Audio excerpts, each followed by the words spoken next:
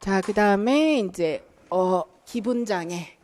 자, 우리가 되게 어려운 거를 지금 하고 있는 거예요. 조현 스펙트럼 장애가 진단할 때 제일 어렵고요. 그 다음에 또 어려운 게 양극형 장애예요. 그래서 양극형 장애까지만 하면 나머지는 쉬워요. 나머지는 막 머리 써서 진단 기준 볼 필요는 없어요. 그래서 여기까지 잘 들어두셔야 되고, 양극성 장애에 관한 거는 우리가 이제 조증이라는 말로 많이 보죠. 선생님들 이제 조증인 사람 주변에 보신 적 있으세요? 아주 유명한 인물 중에 많아요. 조증인 사람. 나폴레옹도 조증이었고요. 네, 나폴레옹도 양극성 장애였고요. 그리고 이제 우리가 예전에 유명했는데 요즘엔 잘 안 나오시는 한비아 씨라고 이제 옛날에 긴급구조 하셨고 그분도 이제 그 양극성 장애셨어요. 그래서 이제 그래서 이제 우리가 소위 같이 요 현장에서 얘기하는 사람들은, 그 대업을 완성하려면 조증이 있어야 되나 봐. 왜냐, 이 사람들은 잠도 자지 않고 일하는 사람들이거든요. 그때 한비아 씨가 하셨던 말이 되게 인상적이었는데, 잠을 이틀에 한 번씩 자요. 그래서 이틀에 3시간씩 자는 거예요. 이제 양극성 장애 특성이에요. 이해가 안 되죠? 그래서 이 사람들은 잠을 안 자고 계속 뭔가를 계속 이제 에너지가 이렇게 올라와 있으니까 그 올라온 그 각성이나 그 수준 안에서 막 뭔가를 많이 또 벌려요. 사업도 크게 벌리고. 그래서 양극성 장애 케이스 예전에 들은 것 중에 하나는 어떤 사람이 이렇게 사업을 하나 크게 벌였어요. 그래서 뭐 1억을 들여서 사업을 벌였어요. 그런데 이제 에너지가 남아도는 거예요. 또 두 번째 사업을 벌였어요. 2, 3억을 들여서. 그리고 세 번째 사업을 들였어요.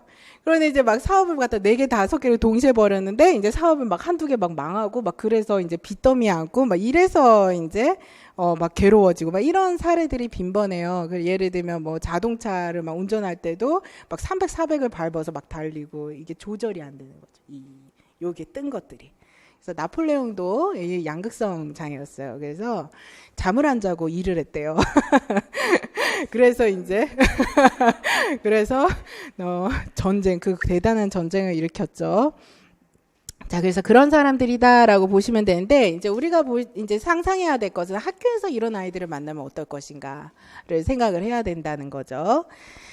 자, 우선은 주요 우울 장애랑 우리가 이제 그 양극성 장애를 좀 보셔야 되고, 주요 우울은 선생님들 기본적으로 어떤 거다 상식적으로 알고 계실 테니까 이따가 진단 기준 볼 때 자세히 보면 되고요. 이제 주요 우울은 이제 되게 슬픈 기분이랑 무기력하고 그 어떤 것도 할 수가 없고 죽고 싶다는 생각 많이 들고 식욕 저하가 되는 것이 대표적인 증상이죠. 그죠?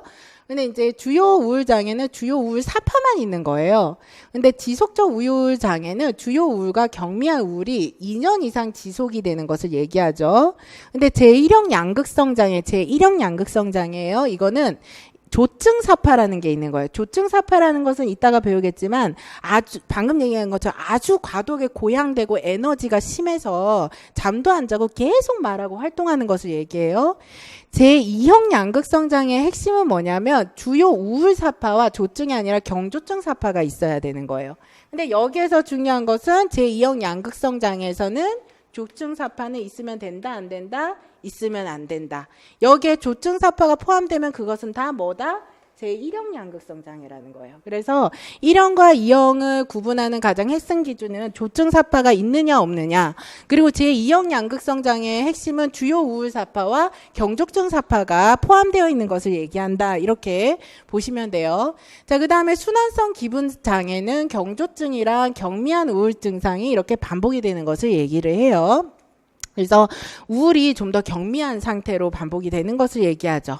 그리고 파괴적 기분 조절 부전 장애는 이따 우울증 할 때 같이 얘기할게요. 그래서 이제 양극성 장애에서 우울 장애를 같이 얘기하는 이유는 조증이랑 우울증이 같이 오기 때문에 그런 거예요. 그래서 양극성 장애라는 거죠. 그래서 그렇게 보시면 돼요. 양극성 장애는 굉장히 어려운 장애예요. 우울 장애랑 양극성 장애 중에서 자살을 시도하는 확률은 오히려 양극성 장애가 더 심하고, 우울 장애랑 양극성 장애에서 더 치료가 힘든 것이 양극성 장애고, 그리고 약물로도 더 치료가 어려운 것이 양극성 장애, 연구가 덜 된 것도 더 양극성 장애예요. 그래서 되게 어려운 케이스다라고 보시면 돼요. 자, 그래서 아까 얘기했던 기준은 이렇게 보시면 됩니다. 주요 우울성 장애에서 주요 우울 장애는 주요 우울 사파가 들어가 있는 거. 그리고 뭐 경미한 우울 사파는 있을 수 있죠, 그죠? 그런데 조증 사파는 안 들어가 있는 거, 경조증 사파랑. 지속적 우울 장애는 주요 우울 사파가 아니라 주요 우울에 못 미치는 우울 사파가 들어가 있는 거. 그런데 조증이나 경조증 사파는 안 들어가 있는 거. 그 다음에 양극성 장애에서 제1형 양극성 장애는 주요 우울 사파나 주요 우울 사파에 못 미치는 우울 사파가 있을 수도 있고 없을 수도 있는 거예요. 그런데 가장 중요한 건 뭐가 있어야 되는 거? 조증 사파가 있어야만 되는 거. 그 다음에 제2형 양극성 장애 같은 경우에는 주요 우울 사파랑 뭐가 꼭 있어야 돼요? 경조증 사파가 꼭 있어야 되지만 뭐는 꼭 없어야 된다는 거? 조증 사파는 없어야 된다는 거.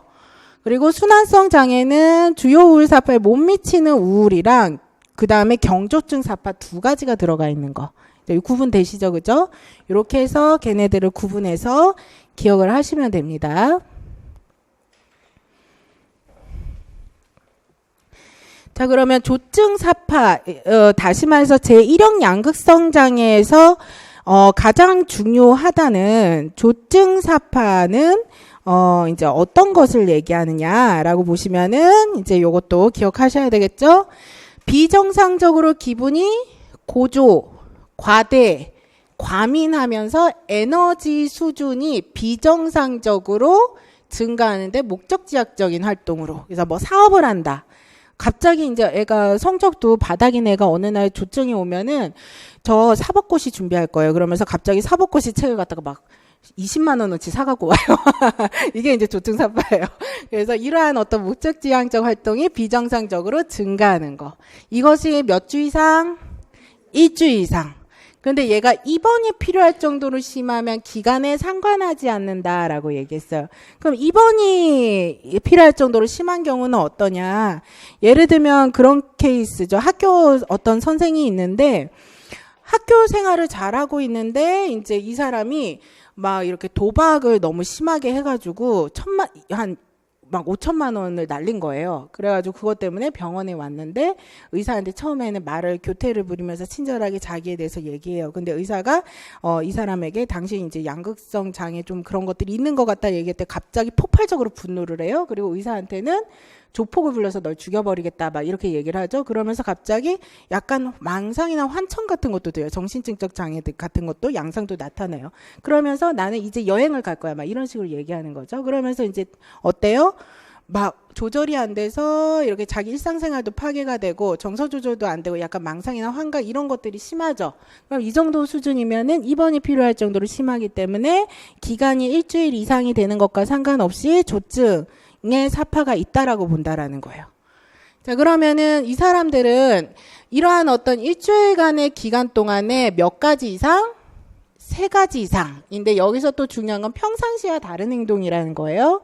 그래서 요거는 나중에 이제 왜 중요한지 알려드릴게요. 왜냐면 얘가 갑자기 이런 증상이 갑자기 훅 나타나서 쟤 왜 저래? 주변 사람들이 그래야 된다는 거예요. 가족이나 친구들을 봤을 때 갑자기 제가 어느 날 친구들이랑 잘 어울리고 있었는데 어느 날 갑자기 뭐 사법고시 시험 보겠다고 막 엄마한테 어머니 저는 사법고시를 보아서 법관이 되겠습니다. 그래서 30만 원어치 책을 사달라고 하고 갑자기 밤새서 공부하는 거예요. 그러면 제가 원래 공부도 안 하던 애인데 갑자기 그러니까 엄마가 이상하잖아요. 그런 식의 모습이 갑자기 보인다는 거죠. 그래서 이러한 증상이 3가지다. 그래서 첫 번째는 자존감이 팽창. 뭐든지 다 할 수 있을 것 같은 거죠. 그리고 수면 욕구 감소. 말도 엄청 많아서 남의 말 듣지도 않아요. 사고비야. 갑자기 이제 나는 갑자기 성적이 바닥인데 막 판사가 될 수 있을 것 같은 거죠. 그리고 이제 그러한 어떤 생각이 그쪽으로 나가고 주의 산만, 집중력 굉장히 떨어지고 아까도 했던 목표 지향적 활동, 정신운동성 초조는 그거랑 비교하셔서 보시면 좋아요. 정신운동성 초조와 정신운동성 지체라는 말이 있어요. 정신운동성 지체에 쓰이는 말은 우울증. 예, 보통 많이 쓰이죠. 그래서 정신운동성 초절은 막 이렇게 생각이 막 바쁘게 돌아가는 거예요. 그런데 이제 정신운동성 지체는 생각이 되게 느리게 돌아가는 거죠. 그렇겠죠? 우울증인 사람은 기본적으로 사고가 이렇게 느리게 돌아가고 우울증이 심하면 말도 느려요. 그런데 이제 조증인 사람들은 안 그렇죠. 그래서 이러한 사람들은 아까도 했듯이 고통스러운 결과를 저지르는 뭐다? 활동을 저질러 버린다. 아까 했듯이 막 갑자기 사업을 갑자기 해서 망해버린다던가 이런 것들이 나타난다는 거죠.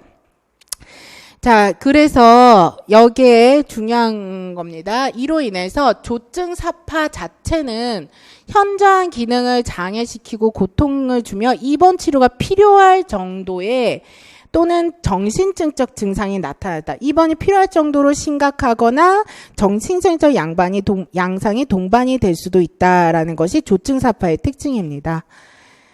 자, 그래서 요 특징을 잘 알아두셔야 되고요. 요거 비교해서 잘 알아두셔야 돼서 뒤에 잠깐 페이지 넘어가서 142페이지에 제2형 양극성 장애에서 경조증 사파 같이 보실게요. 그러면 조증 사파랑 경조증 사파랑 어떻게 구분을 해야 하는가가 중요하죠? 자, 경조증 사파를 보시면 우선은 똑같습니다. 기분이 고조하고 과대하고 과민한 것이 상태가 며칠 이상 지속이 돼요? 4일이에요. 그러니까 뭐가 다른 거예요? 우선 기간이 다른 거예요. 4일 이상 지속이에요.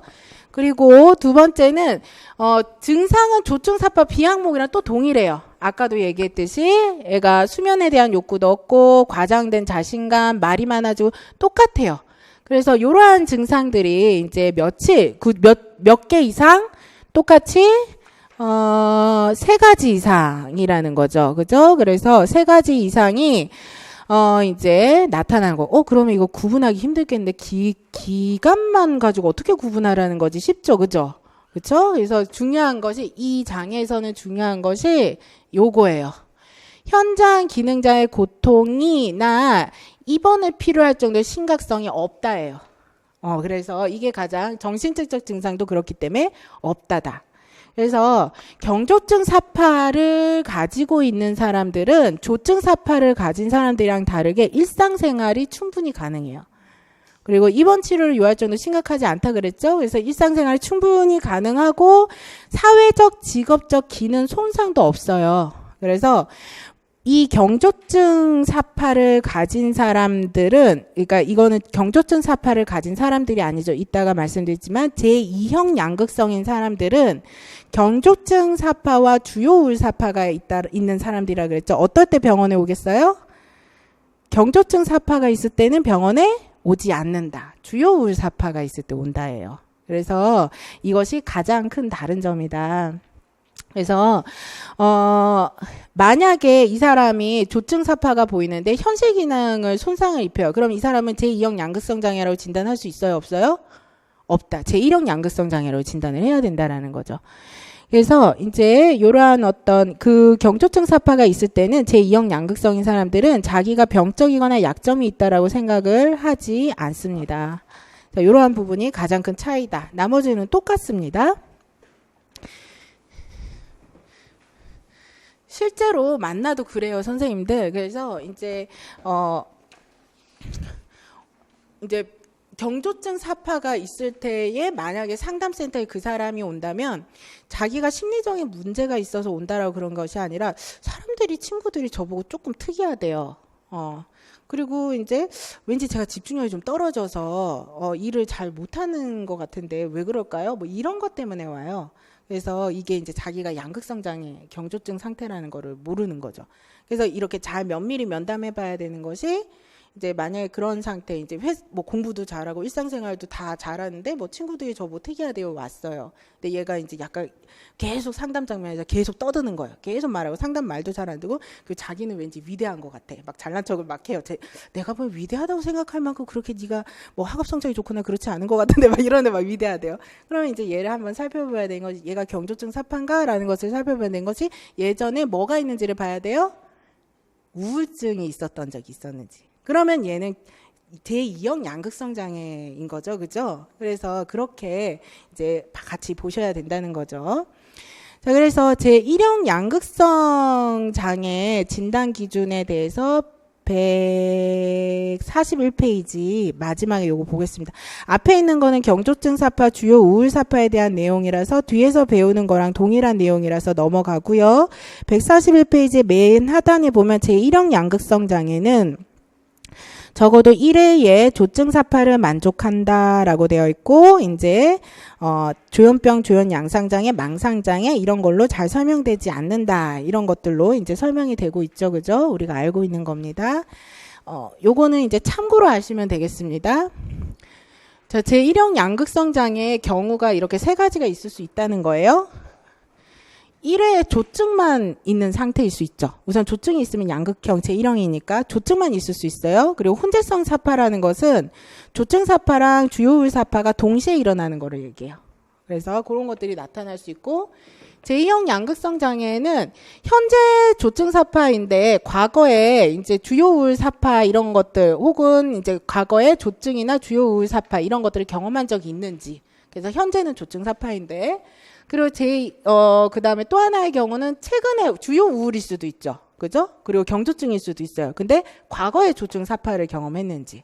그래서 최근이든 과거든 현재든지 간에 조증은 반드시 있어야 되고, 근데 과거에 주요 우울이나 경조가 있는지, 아니면 지금 주요 우울인데 과거에 조증이 있는지, 이런 경우들이 각각 있을 수 있다라는 거예요.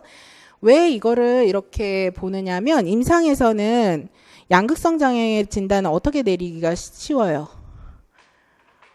과거를 탐색하지 않으면, 그쵸? 조증이 현재 나타나지 않으면, 주요 우울이 현재 나타나면 주요 우울 장애로 진단하기 쉬워요. 그래서 이제 임상 현장에서 많이 일어나는, 그러니까 병원에서 많이 일어나는 것이 뭐냐면, 주요 우울 때문에 내담자가 왔어요. 그래서 무슨 약을 처방해요? 우울증 약을 처방해줘. 효과가 있겠어요, 없겠어요? 효과가 없는 거예요. 그러면 이제 이런 것들이 문제가 된다는 거죠. 그래서 이제 그것이 많이 일어나는 일 중에 하나고, 제2형 양극성 장애는 이제 아까 요거 진단 기준을 또 보시면 우리가 142페이지에 이제 하단에 나와 있죠. 아까 얘기했던 것처럼 1회 이상의 주요 우울과 1회 이상의 경조증인데, 조증 사파는 1회도 겪어서는 안 되면 나머지 배제 진단이 있고, 여기에서 중요한 것은 선생님들 질문이에요. 아까 조증 사파는 현저한 사회적 직업적 손상을 일으키지 않는다 그랬잖아요. 그럼 제2형 양극성 장애는 조증 사파랑 제2형 양극성 장애는 같아요, 달라요? 다른 거잖아요. 왜냐하면 제2형 양극성은 경조증과 주요 우울이 들어간 거니까, 제2형 경조증만 있는 게 아니라 주요 우울이 같이 들어간 거잖아요. 그럼 제2형 양극성 장애는 직업적, 사회적인 현저한 기능 손상이 있겠어요, 없겠어요? 있어요. 그래서 장애죠, 그죠? 그래서 경조증 사파는 직업적, 사회적인 현저한 손상이 없지만, 제2형 양극성 장애는 직업적, 사회적 현저한 손상이 있어요. 그죠? 그래야 되죠. 왜냐하면 거기에 뭐가 포함되어 있으니까? 주요 우울이 포함되어 있으니까. 그래서 여기에서 제2형 양극성 장애 고통의 원인은 142페이지에 뒤에 하단에 나와 있듯이 잦은 순환에 의한 거다라고 나와 있죠. 그죠? 뭐예요? 경조증 상태였다가 주요 우울로 떨어졌다가, 경조증 상태였다가 주요 우울로 떨어졌다가, 이 사람의 고통의 원인, 이 순환이라는 거예요. 그래서 제2형 양극성 장애인 사람들이 자살을 많이 해요. 왜냐하면 경조증 상태 있을 때는 행복해요. 근데 뭘 예측을 해요? 주요 우울로 떨어질 거가 예상이 되기 때문에 그게 두려워서 자살을 이제 시도하는 경우들이 많아요. 자, 그래서 요렇게 이제 하시면 우리 어려운 진단 기준은 다 하셨습니다. 자, 나머지는 그 자체로 이렇게 이해가 되는 것들이라 선생님들 이제 어렵지 않습니다. 우선은 이제 143페이지에 순환성 장애에 관한 거 이제 쭉 보면서 요거 책으로 한번 보겠습니다. 자, 순환성 장애는 아까도 했듯이 경미한 우울과 경조증 증상이 몇 년 이상? 2년 이상 장기간으로 되는 거고요. 그 다음에 아동 청소년은 몇 년? 1년 이상이다. 근데 여기에서 적어도 아무런 증상이 없는 기간은 몇 개월 이하여야 된다? 2개월 이하여야 된다. 그래서 경조증이든 우울증이든 이런 것들이 나타나는 기간이 2년의 어떤 기간 동안 있었다면 적어도 절반 이상을 차지해야 되고, 아무런 증상이 없는 기간은 2개월 이상 지속되어서는 안 된다는 거죠. 그래야지만 이것을 순환성 장애라고 진단할 수가 있다라는 거. 만약에 이처럼 오랫동안 지속이 된 것이 아니라면 그냥 그때그때 기분이 안 좋거나 좋았거나 이럴 수도 있다는 거예요. 그래서 뭐 예를 들면 2년 동안에 6개월, 7개월 동안은 아무런 기분적인 어려움이 없었는데 뭐 1년 3개월 동안은 기분이 좋았다가 우울했다가 하는 기간이 있었대요. 그러면은 순환성 장애로 진단할 수가 없다. 그거는 그때그때 상황에 따라서 기분이 달라질 수 있는 거다라고 볼 수가 있다는 거죠. 그리고 이러한 어떤 주기로 인해서 일상생활 기능에 지장이 있어야 된다라는 거, 이게 이제 순환성 장애입니다. 그래서 이렇게 비교해서 보실 수 있고요. 원인은 사실은 양극성 장애, 기분 장애의 원인을 출제하겠다라고 평가 영역 항목에 정해져 있지만 원인은 사실은 나올 수 있을 만한 게 별로 없어요. 연구가 아까도 했듯이 별로 안 됐어요. 그래서 별로 없어요. 그래서 우선은 그냥 간단하게 말할게요. 생물학적으로는 유전 경향이 강해요. 그래서 부모 중에 기분 장애를 겪은 사람들이 있을 가능성이 높아요. 뭐 불안 장애나 우울 장애나 이런 것들이 있는 부모들이 있는 경우가 많고요. 정신분석적 입장에서는 과잉 방어라고 봐요. 그래서 무의식적인 상실이나 자존감 손상에 대한 방어나 보상이 부정이나 과대망상 방식으로 이루어지는 건데, 그래서 프로이드는 우울장애와 핵심 갈등 등 이런 상실에 대한 분노나 죄책감에 대한 것들이 이제 프로이드는 우울장애처럼 핵심 갈등이 동일하다고 봐요. 예를 들면 상실에 대한 분노나 죄책감이다. 그런데 우울이랑 양극성 장애 차이는 뭐예요? 우울은 상실에 대한 분노나 죄책감에 대한 어떤 자기의 고통, 이제 괴로움, 죽음에 대한 충동을 어디로 향해 가는 거예요? 자기 자신에게. 근데 양극성 장애는 어디로 가요? 외부로 에너지를 방출한다는 거죠. 그래서 방향이 다를 뿐 원인은 같다라고 본 게 프로이드예요. 그리고 카메론이라는 사람은 직면하기 고통스러운 현실을 부정하는 거다, 이렇게 본다는 거죠. 근데 이게 이제 현장에서 양극성 장애를 가진 사람이랑 면담해봤으면 요 말이 맞다는 걸 이해할 수 있어요. 실제로 양극성 장애가 치료하기 가장 힘든 이유가 뭐냐면, 면담에서 이제 우리는 보통 과거 탐색을 하잖아요. 그러면 이제 뭐 저는 어렸을 때 뭐 부모가 별로 저를 신경 써주지 않고 많이 혼냈었다, 뭐 그런 것들이 좀 힘들었지만 우리 부모는 그래도 생각보다 되게 괜찮은 사람이다, 뭐 이런 식으로 얘기를 한다고 쳐요. 그럼 상담자니까 공감을 하잖아요. 아, 그것 때문에 되게 상처가 깊었구나, 힘들었겠구나. 그러면 굉장히 그 말을 부정해요. 그 공감을 받아들이지 않아요. 그래서 그런 식으로 자기가 되는 것을 참을 수 없어요. 그래서 그런 방식으로 상담을 하면 들어봐도 돼요. 바로. 그래서 이 사람들은 치료하기가 되게 힘들어요. 그래가지고 이 방어 기제 때문에. 그래서 이제 이러한 특성들이 있다라고 보시면 되고, 이제 대상관계적으로는 아동기의 선한 내적 대상을 자기 마음속에 표상하는데 실패했다. 너무 심한 말이죠. 저는 무슨 내적 대상만 있다는 거야? 뭐 악한 것만 있다는 거야? 뭐 이런 생각이 드는데, 이제 자기의 어떤 통합을 할 수 있는 내적 대상을 자기 마음속에 표상하는데 실패를 했다고 얘기를 하고요. 그다음에 조투적 방어들은 상실된 사람의 대상을 연모함으로써 생겨나는 고통스러운 감정들에 대한 반응이다. 그래서 이것도 비슷하게 안에서 통합을 할 수 있는 기제나 아니면 고통스러운 감정을 부인함으로써 생겨난 거다라고 나옵니다. 대표적인 치료는 리튬입니다. 요거는 이제 리튬을 주로 쓰게 되고요. 양극성 장애는. 그리고 이제 이 사람들의 리듬 치료라는 거는 대체로 이제 이 사람들이 가장 힘든 거가 이제 그 주기잖아요. 우울과 이제 그 다음에 이제 그 조증. 그래서 그런 것들에 관해서 이제 교육을 실시하고 이제 조율할 수 있도록 도와주는 거, 이런 것들이다라는 내용들 이제 간단하게 보실 수 있겠습니다. 학교에서 이제 양극성 장애가 있으면서 동시에 이제 이런 아이들은 뭐 예를 들어서 이제 분노도 많고, 예를 들어 이제 반사회적 특성까지 있으면은 이제 마구마구 사고를 치고 다닌다는 거죠, 그죠? 그래서 이제 거의 감당 안 될 정도로 이제 그렇게 보셔야 되겠죠.